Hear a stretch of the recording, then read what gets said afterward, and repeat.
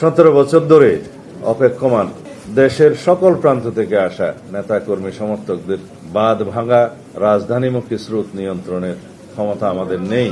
তারপরেও আমরা আমাদের নেতাকর্মী সমর্থকদের নির্দেশনা দিয়েছি যাতে তাদের বেশিরভাগ কাঞ্চন ব্রিজ ব্যবহার করে অনুষ্ঠানস্থলে আসেন। রাজধানীতে তাদের প্রবেশ পথ ও যানবাহন অবস্থান ও অভ্যর্থনা কেন্দ্রের বিস্তারিত তালিকা আপনাদের জানাবো সকলের সুবিধার্থে। এর সাথে থাকছে 20টি মেডিকেল ক্যাম্প, সার্বক্ষণিক চিকিৎসক, প্যারামেডিক, ওষুধপত্র ও অ্যাম্বুলেন্স সহ সেসব ক্যাম্পের তালিকাও সকলের সুবিধার্থে আমরা জানিয়ে দিচ্ছি। এছাড়াও মঞ্চের কাছাকাছি 6 শয্যার একটা ফিল্ড হাসপাতালও থাকবে, আইসিইউ, অ্যাম্বুলেন্স সহ।